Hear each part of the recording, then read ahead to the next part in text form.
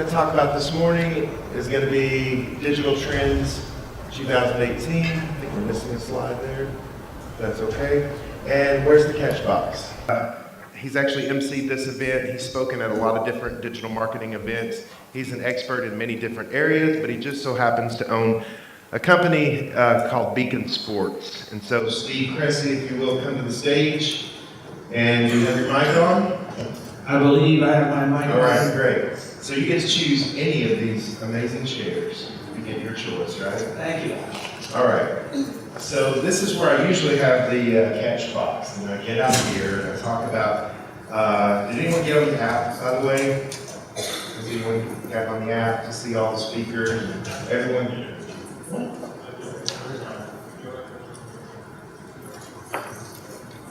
Oh yeah, I've talked to several people there. Is it Lou? Yeah, I'm on it, communicating with people. We just gotta get trouble with it. So we just probably gotta figure out how to get a few people on it. But it is it's usually a great app to communicate with each other, and also you can like click a button to find their LinkedIn profiles, their Twitter profiles, search their business online. It's really cool. I noticed some people who are here at the event yes. Repeat the obvious. Tell us what we have. Tell us what the app is. Maybe we should start by turning over your badge. Look on the back of your badge, and I believe it tells you how to log on to the app. Does it? Let's see. Yeah, download the Digimarcon Midwest app. So you can use a QR code, or you can search for, I believe it's Visibo in the iTunes store, and then you download that, enter your email address, and we've already got your email address connected to it, and it's really cool. So moving on from that, but that's where you can find out who's here, what companies they work for. Some really cool companies are here, just some favorites that I found. We had Viacom, I know they're here. A lot of people from Cox Communications are here. I have friends at Cox Communications. Bosch is here. So we have a lot of great big brands that are here, and then we have also many different types of companies that are here as well. So we have one expert panelist on the stage. What I do at this point is I like to get one more person from the audience to agree to come up and be kind of an expert panelist on the stage as we talk about 2018 trends. So if you work in digital marketing, if you're a marketing director, if you're an agency director, anything like that, this will be a cakewalk for you. And here's how I try to convince you to get on stage. Digimarcon has a network of over 500,000 emails and LinkedIn groups all over the place. We're streaming live, we're recording this. This is an excellent opportunity for you to get your brand some excellent recognition. So I'm giving you, like, I don't know what the value is, but it's great. So who do I have in the audience that likes to talk? Digital marketing.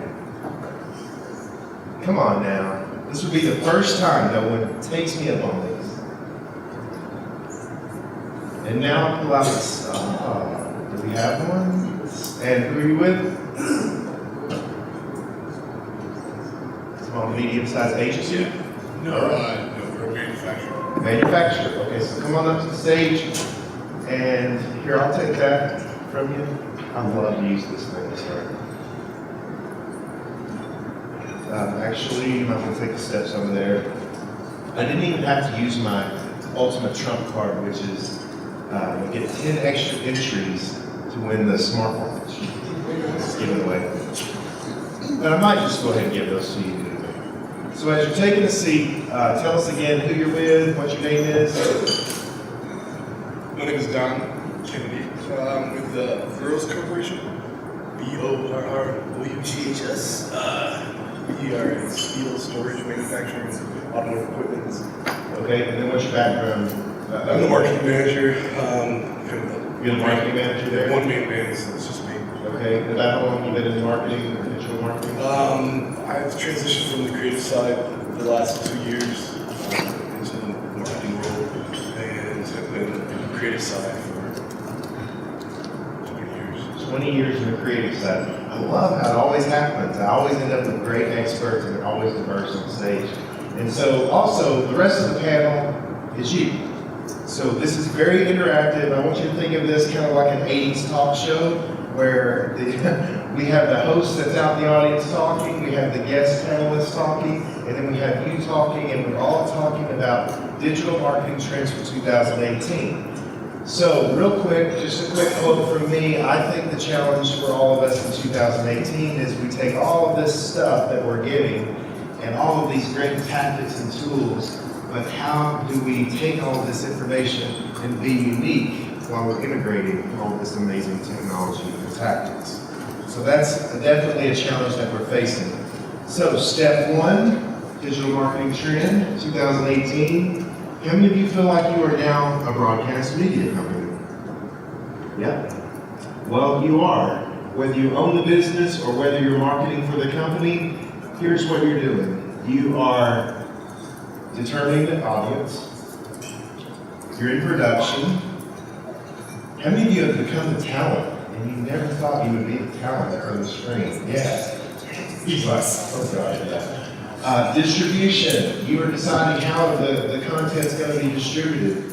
You are trying to monetize the content. And you're measuring the content. So you are the broadcast company. And many of us don't act that way, or we don't think of it that way, but we really are. So, anyone have any comments about that? I do. Good. What's up? I'm Rob Cressy. I'm the founder of Bacon Sports. We run a sports content and social media agency where we turn audiences into raving fans around sports and the lifestyle of sports. And what's unique is that 6 years ago, we started out as a sports comedy blog and translated that into an agency. So what makes this unique is the fact that we actually start with a publisher mindset. And one thing I never understood is why every brand doesn't think of themselves as a media company.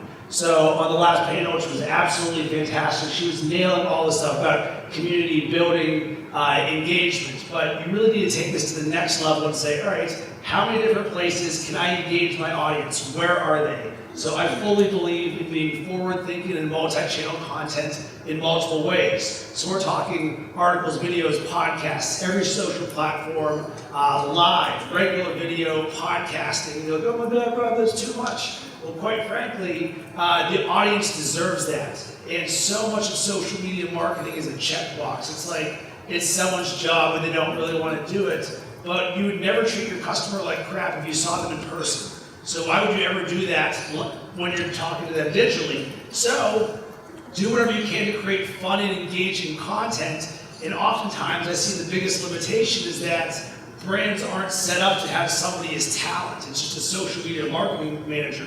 So the first thing that you need to do is get comfortable being uncomfortable. Remove the fact that I've never been in front of a microphone or in front of a camera or done anything live. Because guess what? Neither did I.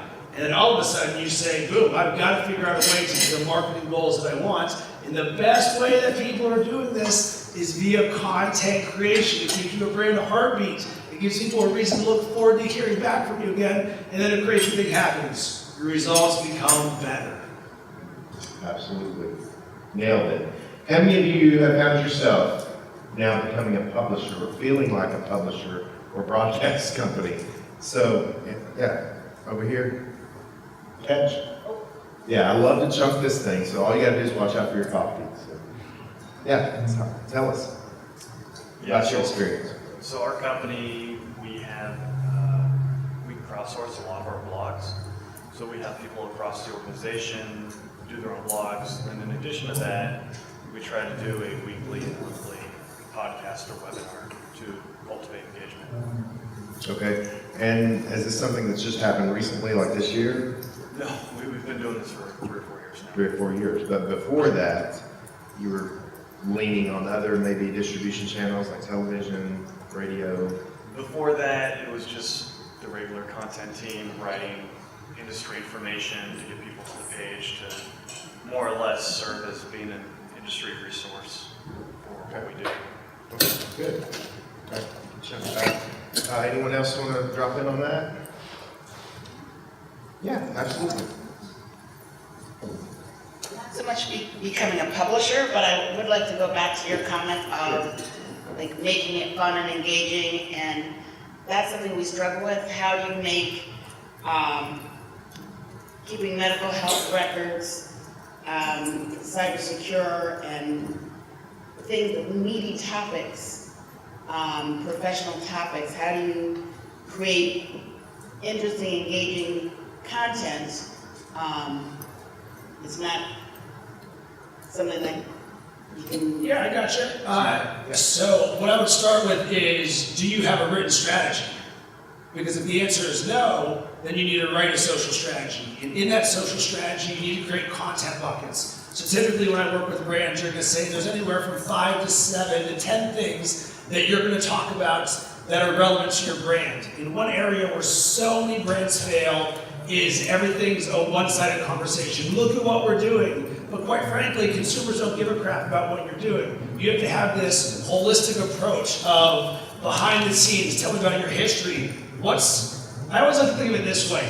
I'm usually the target demographic for everything that I'm creating. So think to yourself, what would you want to see? Do you want to just only see the same white paper over and over and over again? Sure, there's value in that in some place, but there's a lot more value if that is only one of 10 posts that you have in a given week. So what I believe you need to do is increase your content mix.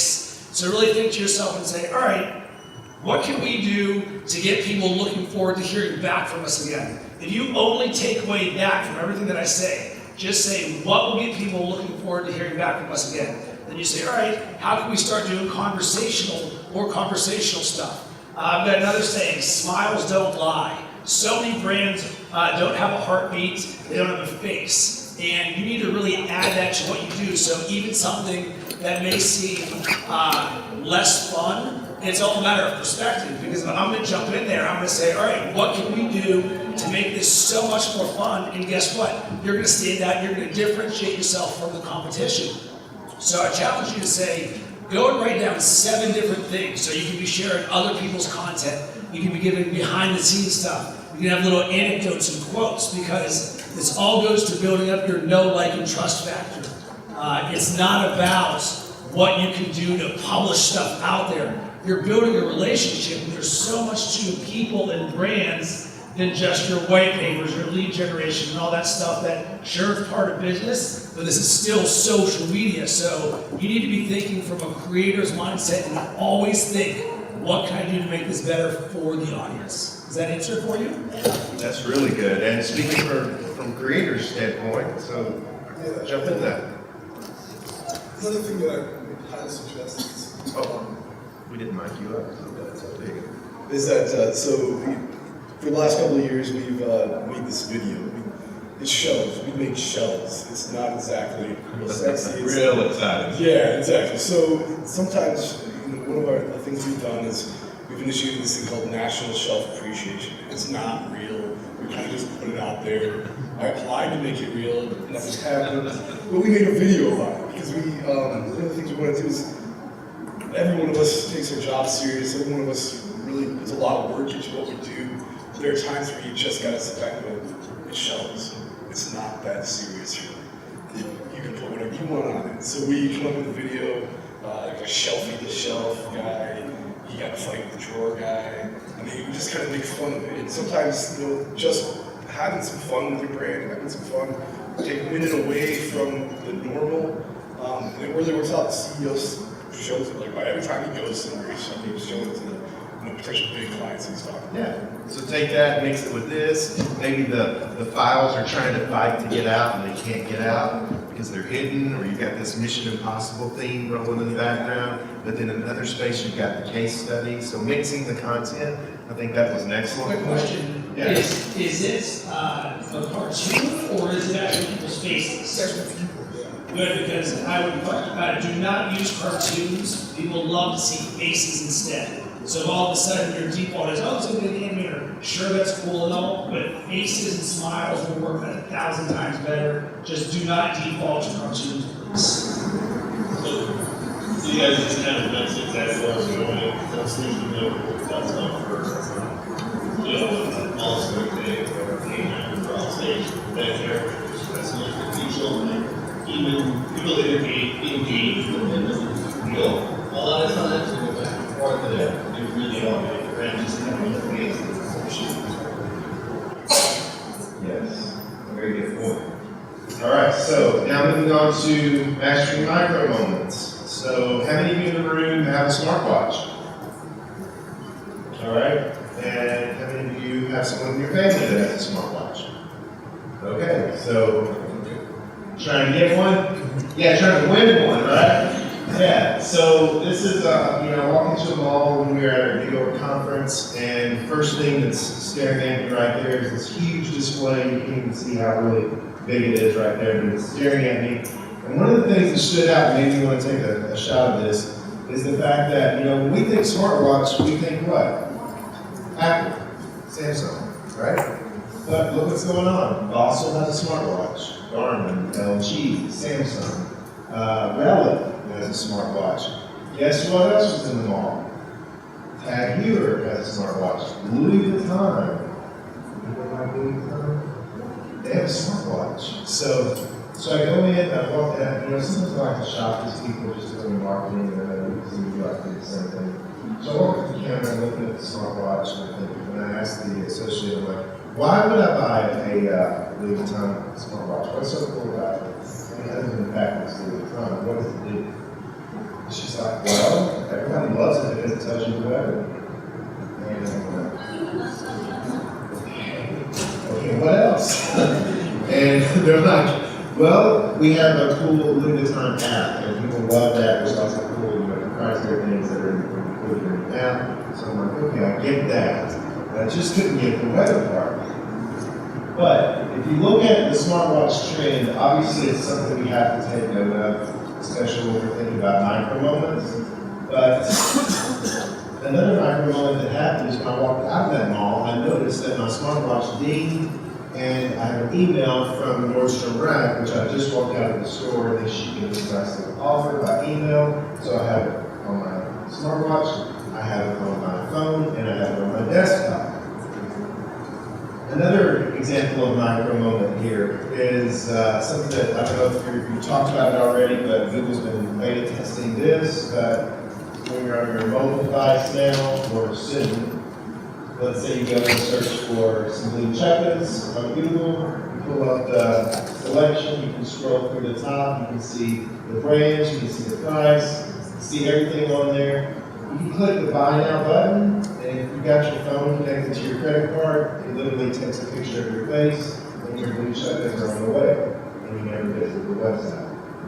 So definitely micro moments are definitely a thing that's happening now. So just kind of curious, if any of you have plugged into this already, and what you're doing to capture these micro moments as people are either engaging with your brand or not engaging with your brand yet. All right. Our company does mobile marketing, Yeah. and one of the things that we sell is the wallet. It's a great way to come back to the wallet. And we can put loyalty on our each wallet or your so that we offer push you to your phone.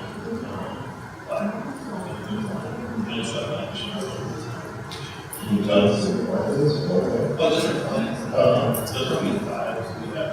We go on our website, you can see. I don't know vibes before. Yeah, very good. But I think from our point of view, and my point of view, to get inside someone's pocket, this is the most important thing to get out everywhere. You're not going to change your phone, you might change your email. But if I can give you the best, then like you said, when you walk out of the store, I can give you a little message and you I think it's something that people should be looking at to remove how to get into that phone. Oh, yeah.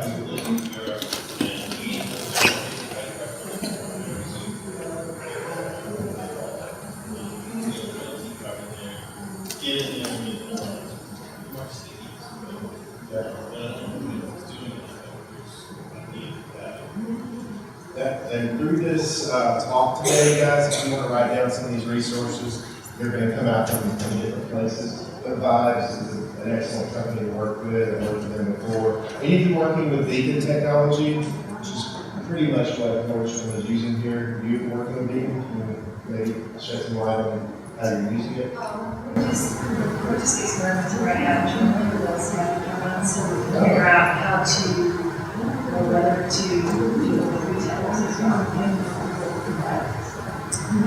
Okay. So you're doing a scavenger hunt? What type of brand or which type of? Oh, we're making it.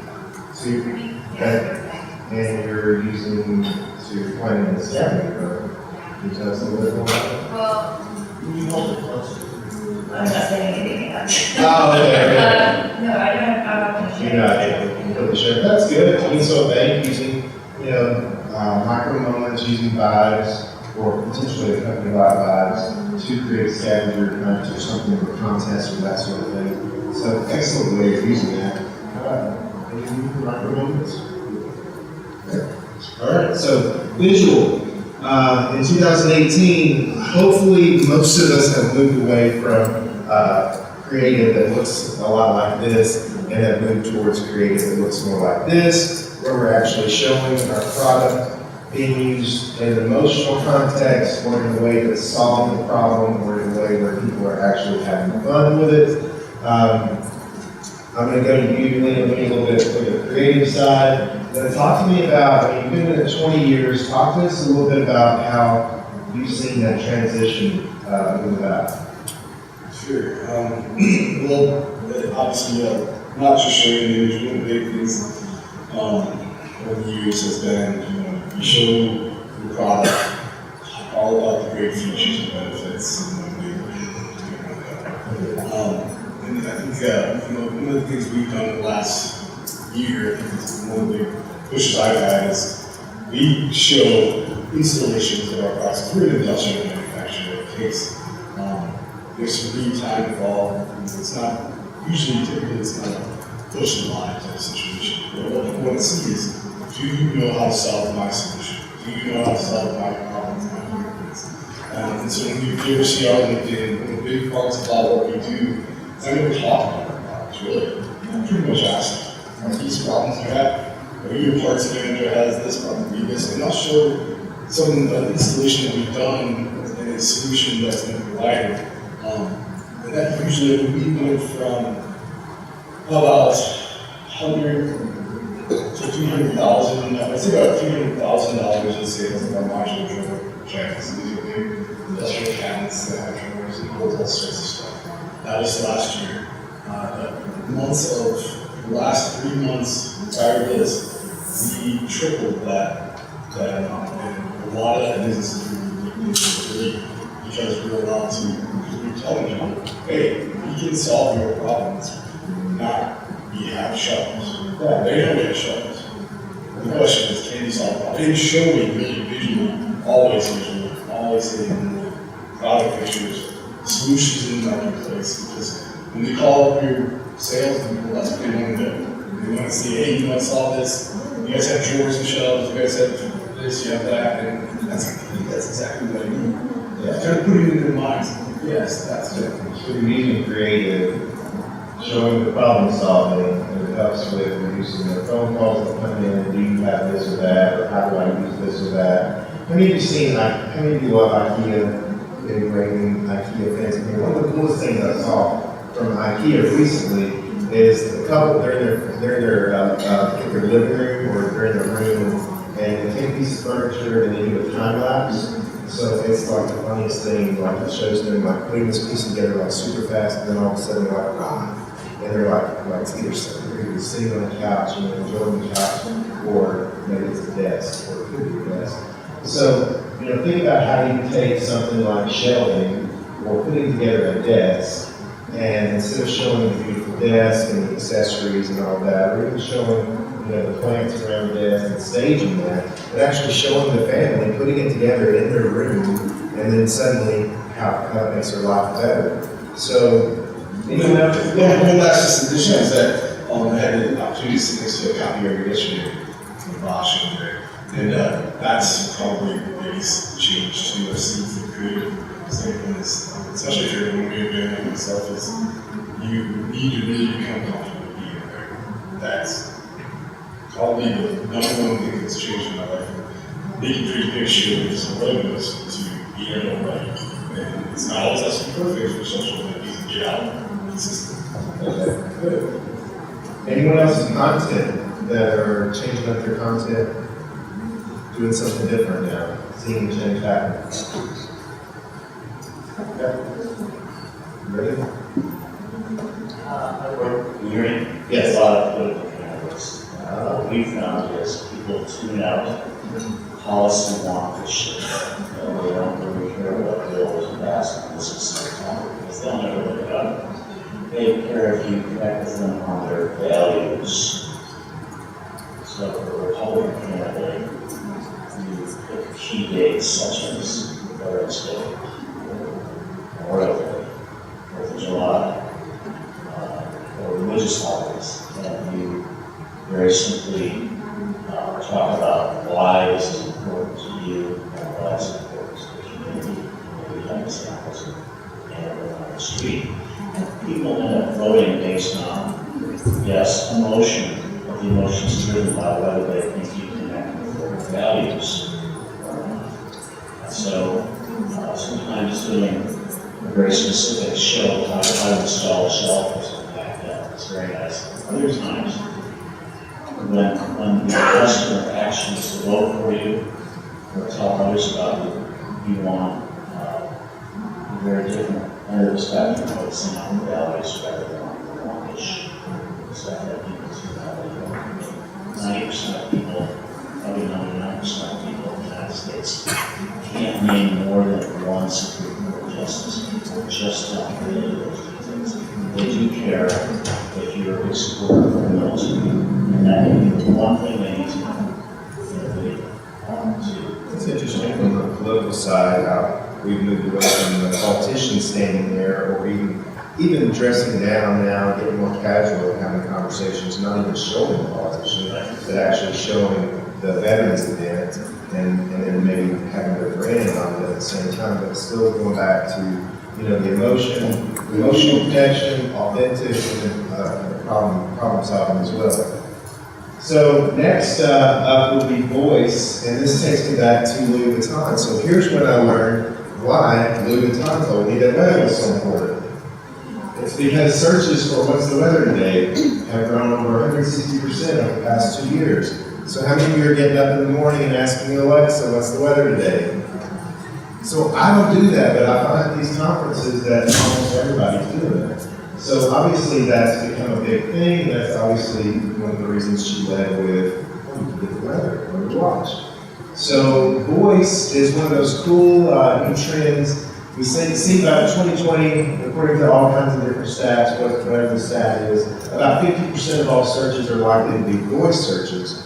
And what I find interesting about this is an area of technology or marketing tactic that we're using where we are most behind in implementing or executing this. According to all of our other tactics and abilities that we have, we're all pushing those out to market, but voice is so far behind the consumer demand.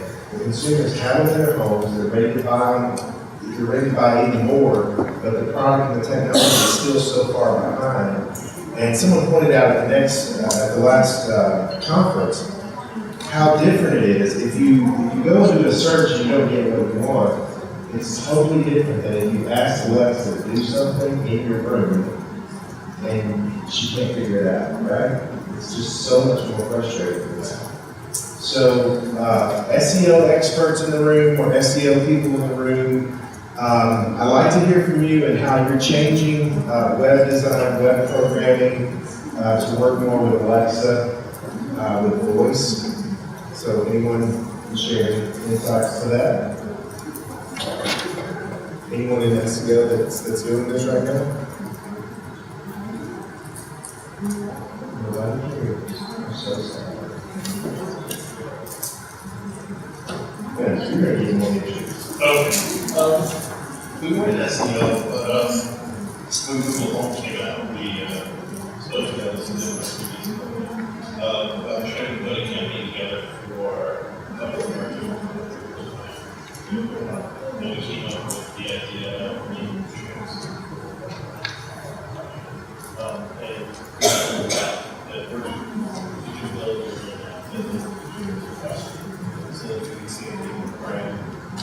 has a recipe, you choose different recipes based on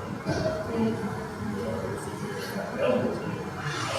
It's one of the things we try, but if we really need to grab that traction, trying to try to see if there's some more interactive ways to get people to use those tools and develop those solutions.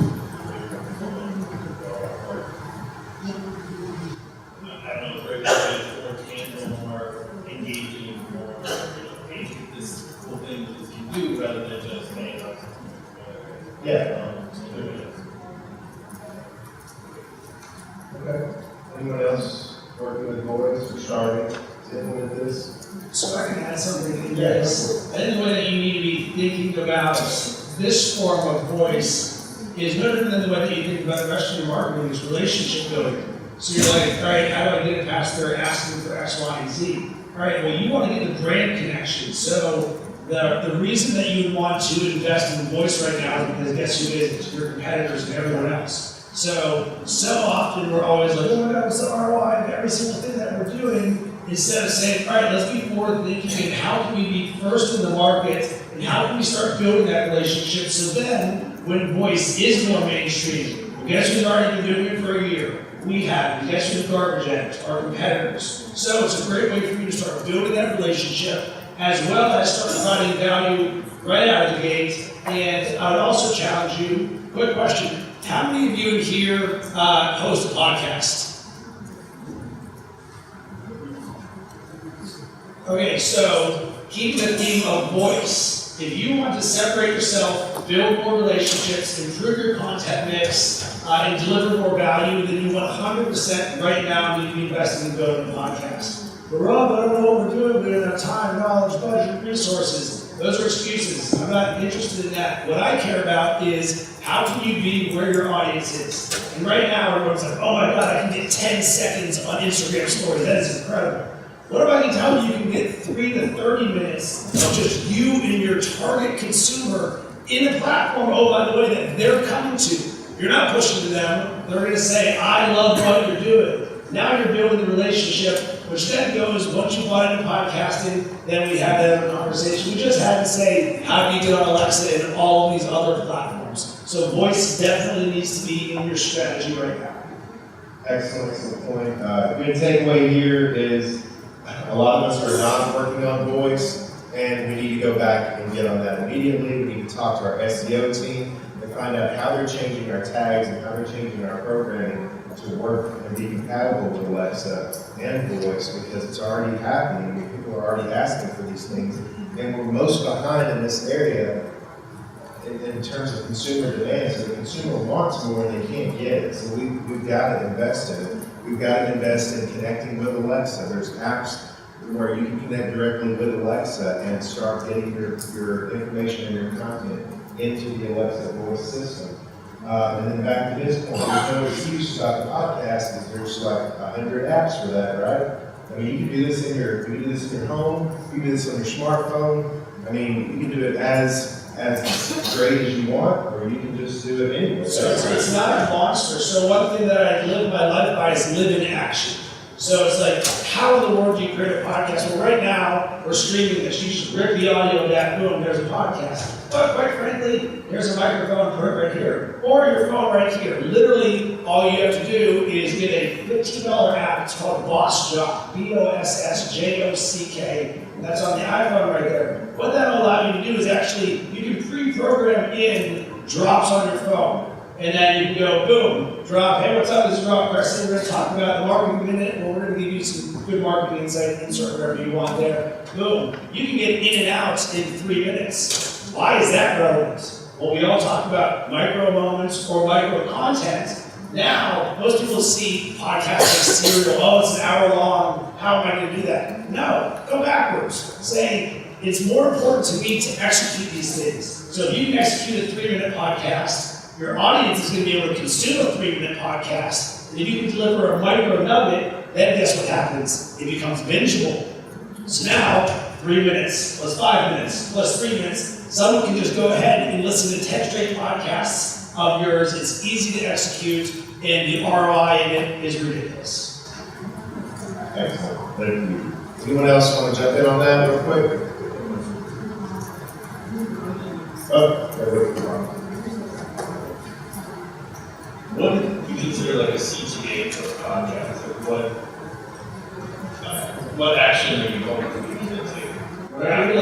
desire. So you say, all right, do I want to build my email list? Do I want to build my social? Do I want to have a call for engagement? So here's a tip for you. When you do a podcast, at the end of every single one, have your call to action. So we don't do that. But you can really say, is this an awareness play? Is this an engagement play? Because really, here's brand heartbeats, now you're giving it to them in their ears. So you really say, what's important that I want to convey to them? So for me, it's always, I'll ask a question for engagement that they'll then talk to me on social. So now, it's more than just pushing my social. You often hear, oh, subscribe on iTunes, give us a rating and review, and a lot you hear that over and over and over again, and so few people do it. Unless it actually matters to iTunes, but consumers don't care. So when you ask them for, hey, what are your thoughts on podcasting? Why are you not doing it? Hit me up on Twitter, and then I'll include that in the next episode. So think of it as an ongoing conversation where you can say, if you listen to this community, I'm going to throw you a bone and talk about it the next time. And one tip for you on, if you do the submit on iTunes a rating and review, you can say, ask a question in iTunes, and I will read it on the next show. So that you can actually get people doing it and responding to what you're doing. Does that answer your question? Good. Yeah, I was just going to add one interesting thing. I see my own life with podcasts is a lot of podcasts will have sponsors, and it's really helpful because people that are audiences of podcasts, they really trust the person on the podcast they're listening to. So when they back a product or service, it has a lot of authority. In my own life, I mean, there's a lot of purchases I've made in the last couple of years have been sponsored based on podcast people that I trust to endorse a product that I would like. And so that makes something for someone to use. So you can repeat that in just a little bit when we get to one of the other topics. Sure. So good stuff. Data-driven marketing, how exciting. Who loves KPIs? Everyone, right? So let's talk about this, okay? We've got more data than we ever want or need, right? How are we using this data to drive our marketing decisions differently in 2018 than we have before? We're all doing it, or we need to be doing it. So we really need to share this information. It's really important. So any of you that are working with data, I got the box. You ready? From a content standpoint, it's simple, and it goes back to the last presentation as well. You look at data, what content isn't performing? So if I look at any single brand page and I see no likes, shares, comments, I'm like, well, what you're doing is garbage, and you need to look at the data in that. And that's an area where so many brands fail. It's social media marketing and content creation. They think that the result is, well, I did it, so that means my job is done here. You're doing social. Exactly. So you have to be acutely aware of the fact that those stats actually matter. So I'm more on the creative side than on the data side, but I'm completely aware of what works and what doesn't work. And then what does work, you keep going back to the well and do it over and over and over again. So it is quite simple for me on the creative side. Just see what works, keep testing, find it out. If it's not working well, try something else, but don't be afraid to fail, because you've got to be able to see what is going to work, and you never know. So always be testing, always having fun with it, and then just look and see what the results are. We do something similar, but then we take that data and go to the next level, right? So we look to see who are the people that are engaging with us and what are key metrics that are by your signal. So what are their roles, where are they within the organization, what are the titles, what are the functions, and we're able to determine, okay, here's the content that's driving folks from a risk management perspective. There's BD associated. So these are the folks, if they're engaging with this content, okay, where can we then remarket this information to then drive them to engage with our site that lead them to the next call to action, which would be press a demo, or register for an event, or apply for awards program, things like that. So that's kind of how we take that data to that. That's exactly what I was hoping someone would talk about. So just kind of elaborate on that. I mean, we all go in and we look at, okay, we got great engagement on this, we got great engagement on that, but then diving deep into it to see who's engaging and creating demographics from that, or creating segments from that, from the people who aren't engaging, and then you've got changes how you're marketing to those different segments. So really good on that. Anyone else?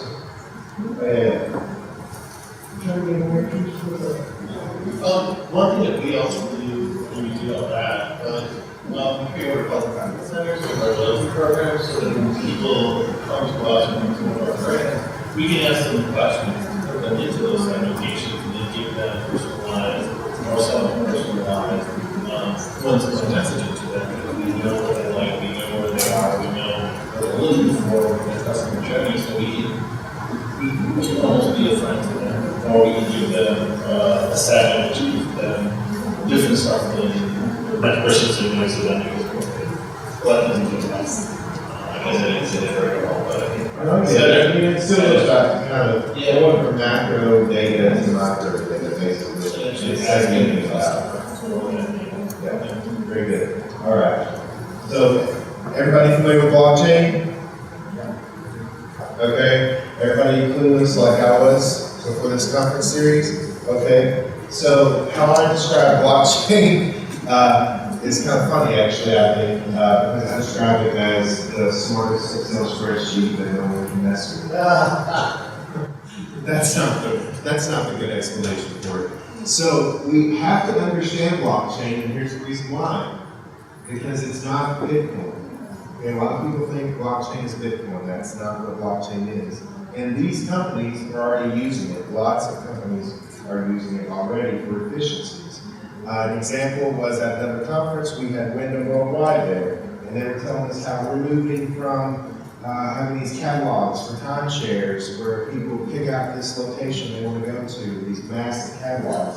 They call customer service, they talk about how many points they have, how many points do they need to go to this other destination. Well, all that is going to go away, and there's going to be an app that takes care of all of that, and we're using blockchain technology to do that. So to help you today, I tried to find the best video that could actually talk about blockchain in simple terms, so you could at least leave here understanding a little bit more about blockchain. I will tell you, it is a kind of dry video, but it's short. That's the good news. So let's take a look. Blockchains are incredibly popular nowadays. What is a blockchain? How do they work? What problems do they solve? And how can they be used? Like the name indicates, a blockchain is a chain of blocks that contains information. This technique was originally described in 1991 by a group of researchers and was originally intended to timestamp digital documents so that it's not possible to backdate them or to tamper with them, almost like a notary. However, it went by mostly unused until it was adapted by Satoshi Nakamoto in 2009 to create the digital cryptocurrency Bitcoin. Now, a blockchain is a distributed ledger that is completely open to anyone. They have an interesting property. Once some data has been recorded inside the blockchain, it becomes very difficult to change it. So how does that work? Well, let's take a closer look at a block. Each block contains some data, the hash of the block, and the hash of the previous block. The data that is stored inside a block depends on the type of blockchain. The Bitcoin blockchain, for example, stores the details about a transaction in here, such as the sender, receiver, and the amount of coins. A block also has a hash. You can compare a hash to a fingerprint. It identifies a block and all of its contents, and it's always unique, just as a fingerprint. Once the block is created, its hash is being calculated. Changing something inside the block will cause the hash to change. So in other words, hashes are very useful when you want to detect changes to blocks. If the fingerprint of a block changes, it no longer is the same block. The third element inside each block is the hash of the previous block. And this effectively creates a chain of blocks, and it's this technique that makes the blockchain so secure. Let's take an example. Here we have a chain of 3 blocks. As you can see, each block has a hash and the hash of the previous block. So block number 3 points to block number 2, and number 2 points to number 1. Now the first block is a bit special. We cannot point to previous blocks because, well, it's the first one. We call this block the Genesis block. Now, let's say that you tamper with the second block. This causes the hash of the block to change as well. In turn, that will make block 3 and all following blocks invalid because they no longer store a valid hash of the previous block. So changing a single block will make all following blocks invalid. But using hashes is not enough to prevent tampering. Computers these days are very fast and can calculate hundreds of thousands of hashes per second. You can effectively tamper with a block and recalculate all the hashes of other blocks to make your blockchain valid again. So to mitigate this, blockchains have something that is called proof of work. It's a mechanism that slows down the creation of new blocks. In Bitcoin's case, it takes about 10 minutes to calculate the required proof of work and add a new block to the chain. This mechanism makes it very hard to tamper with the blocks because if you tamper with one block, you need to recalculate the proof of work for all the following blocks. So the security of a blockchain comes from its creative use of hashing and the proof of work mechanism. But there is one more way that blockchains secure themselves, and that is by being distributed. Instead of using a central entity to manage the chain, blockchains use a peer-to-peer network and everyone is allowed to join. When someone joins this network, he gets a full copy of the blockchain. The node can use this to verify that everything is still in order. Now, let's see what happens when someone creates a new block. That block is sent to everyone on the network. Each node then verifies the block to make sure that it hasn't been tampered with. And if everything checks out, each node adds this block to their own blockchain. All the nodes in this network create consensus. They agree about what blocks are valid and which aren't. Blocks that are tampered with will be rejected by other nodes in the network. So to successfully tamper with a blockchain, you need to tamper with all the blocks in the chain, redo the proof of work for each block, and take control of more than 50% of the peer-to-peer network. Only then will your tampered block become accepted by everyone else, so this is almost impossible to do. Blockchains are also constantly evolving. One of the most recent developments is the creation of smart contracts. These contracts are simple programs that are stored on the blockchain and can be used to automatically exchange coins based on certain conditions. More on smart contracts in a later video. The creation of blockchain technology piqued a lot of people's interest. Soon others realized that this technology could be used for other things, like storing medical records, creating a digital notary, or even collecting taxes. So now you know what a blockchain is, how it works on a basic level, and what problems it solves. Want to learn how you can implement a simple blockchain in JavaScript? Then check out this video. Alright, so anyone in here already on the blockchain route, starting to go to that route, see it as an efficient means for your company? No one? Curious. Okay, so any of you feel like you've gained at least the knowledge about what blockchain is, kind of understand it's more of a technology versus Bitcoin? That's usually what I get most of the time. Any feedback on that? Okay. I've got something. Sure. So, the way that I live my life is being a constant learner, with always reading books, listening to podcasts nonstop. And I've never watched the news in my entire life, ever. I love sports, all I do is watch sports. I think the news is just a bunch of garbage and it's misinformation. So I'm hearing this up and down blockchain, Bitcoin, all this crap, and I was like, well, I don't understand what's going on, so I'm just going to find the best book on blockchain, and I'm going to read it so I'm more informed than 90% of the people out there. The simplest thing I can say is when you don't understand something that is being talked about all the time, just put in like the smallest amount of effort to have more knowledge than just everybody else got. This is good, this isn't good. On the side of my LinkedIn feed, oh my God, Bitcoin is dropping, blockchain is horrible. Like, make your own informed opinions on things like this, and literally all it took was me reading one book. So that's how it goes. Really good. All right. I actually don't remember the thing. I just type in best blockchain book. There's one of the leading crypto experts. I can tell you, there's really just how it all made sense. And I'm not a blockchain guy, but I'm very forward thinking in how I see the digital world. And I can also email you the book after the fact once I look it up. Okay. And also one of the companies we met on the cruise, the Digimark cruise, a company called IndyHash, which works in influencer marketing. They are using blockchain technology to help companies locate the proper influencers for their companies. They have a really neat strategy of how to do that. So we've dropped at least 3 good resources already during this session.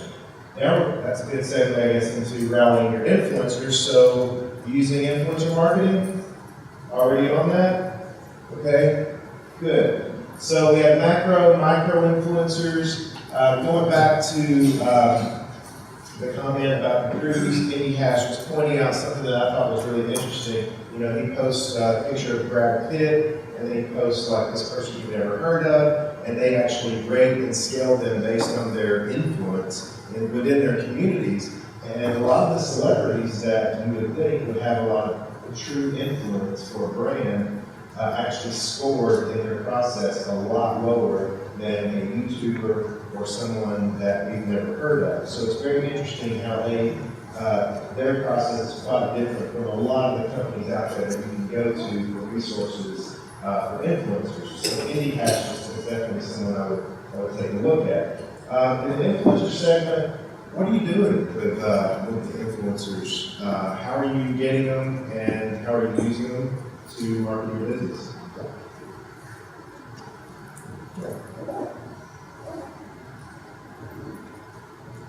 So we actually have something we call social media ambassadors. Okay. And I don't manage this, so I'm not sure, 100%, but I think there's about 6. And then we reach out to they're already followed well in the industry, experts in their fields and so forth, and very active on social media, how to type the messages that we want out there. So they help magnify our message, and then we work with them to post certain things that we or post an opinion or their viewpoint on certain things, and then they get benefits as far as we bring them to our events so that they can again amplify that. So we do have a very established structure. Okay, good. So one of the companies we work with came with a pretty good strategy where they're using their internal employees as influencers. How many of you are using that strategy? Okay, and they created kind of a star system. So if you're sharing content based on how often you share and how you share the content, you get kind of a star system, and then you can trade that in for swag from the company, or half day off or hour off or whatever it is. So that's working really well as far as internal influencers. I placed this guy up here because this is a shot of a video game. Any of you familiar with Fortnite? Yeah. I won't ask you to play it because a lot of you are. You don't raise your hand. But in this industry, what's really cool here is, or really kind of funny, is I have this joke with my son. That he's going to be we're joking that he's going to be one of those kids that lives with his parents forever in the basement playing video games.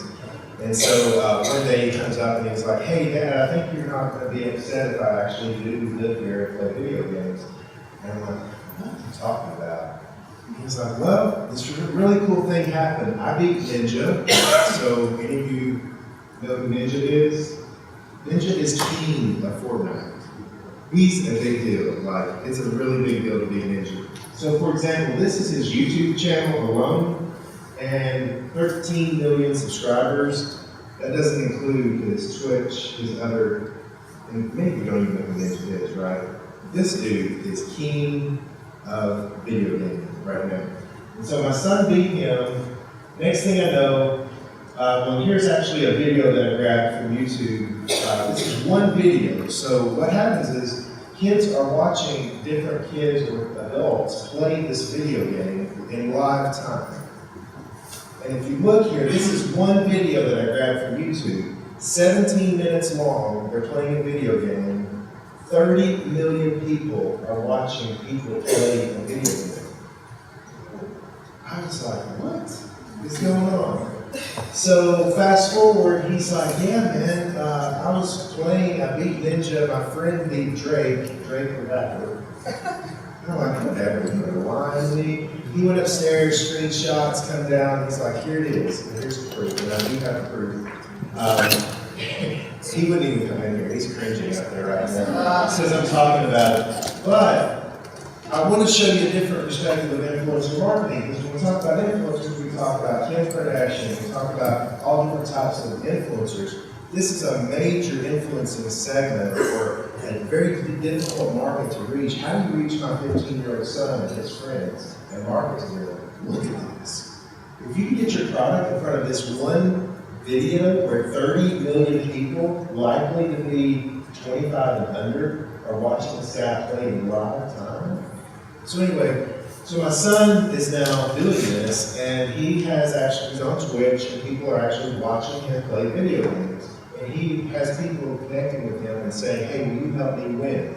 And so I know this 8-year-old kid, he helped him win this game, and I heard this 8-year-old kid like screaming to the top of the rafters, and he was like so excited that he actually won a Fortnite game. But, so my son is posting live. He's getting about 1,000 to 3,000 people who enjoy watching him for some reason play this game. Next thing I know, he comes down, and he's had my PayPal account, and I've always asked, before I buy something like a skin or like a product in the video game, you know, it's like $10 or $20. He always asks, and before he makes a purchase. But anyway, so now he comes downstairs, and a sports drink company I've never heard of is depositing like $100, $200 a month into his account because he has 1,000 to 3,000 people watching him play live. And so I go up there and take a look at this. I've never heard of this energy drink, but there's a little picture of the energy drink right in front. I had a shot of it right in front of the screen as he's playing this video game. So look at how they're marketing. If you really, I started to think about it, I'm like, you know, they're paying him like $50 to $200 for 1,000 to 3,000 views. But multiply that times 100, and this random sports energy drink, look at how they're able to build that brand to that perfect audience. And how else would you reach these 20 to 15-year-old, 15 to 20-year-old kids? Excellent, I think, example of influencer marketing. And then the last one, as we start to wrap it up, rebalancing your content. You know, I think we already talked about this with your excellent question over here in the medical segment. You actually answered it. You know, you're like, in this segment, in this opportunity, we show the case study, but maybe in this segment, we are, you know, doing a fun video, or maybe we're going live, but we're rebalancing the content to fit different audiences in different places. And so this is, I think, an interesting slide because it comes from HubSpot. It shows the awareness stage, consideration stage, and the decision stage, and then it shows you within each stage what are appropriate ways to rebalance the content based on those stages.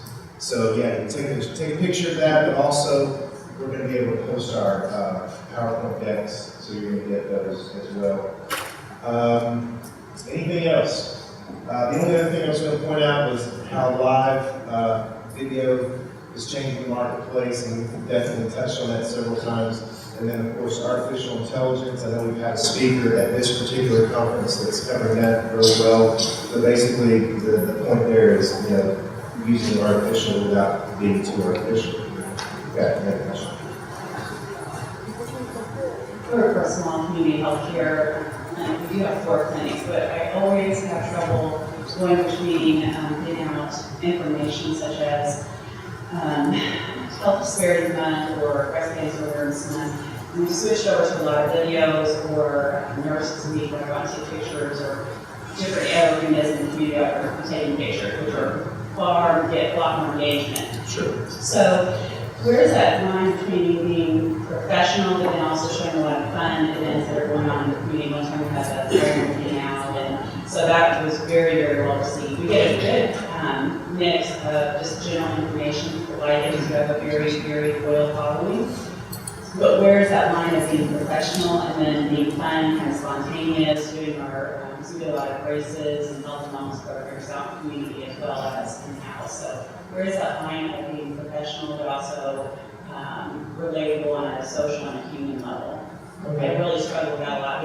The bigger hospitals are much more professional, but we're a little bit more of a niche where we can be a little bit more fun, but I think I have trouble finding that gray area. Yeah, we talked about that a little bit yesterday. It does depend on a lot of times the size of the organization. The larger they are, the more, I guess, concerned they are about that. I think just in the slide of rebalancing your content, looking at how you can rebalance it and then weighing that. So if you want to be more professional, then you weigh the different types of content a little bit heavier. So maybe you're posting more of the case studies, you're posting more of the maybe front-facing positions and that sort of thing. But then you also have some fun that's happening as well.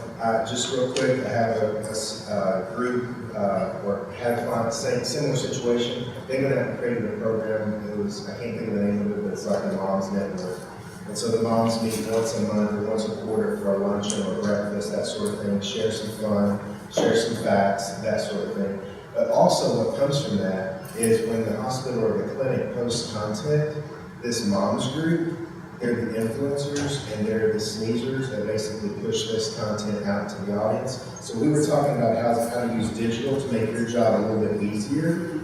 And I think that's something that you can work on, is building these little groups so that when you go out in the community and you give a talk to a community, you also have these support systems that are going to basically syndicate or push that out to their audiences.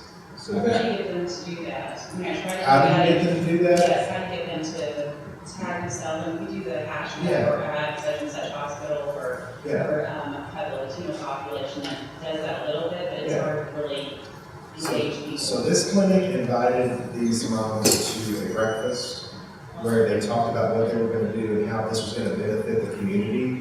And then they taught them how to do this and when to do this. And that's how it started.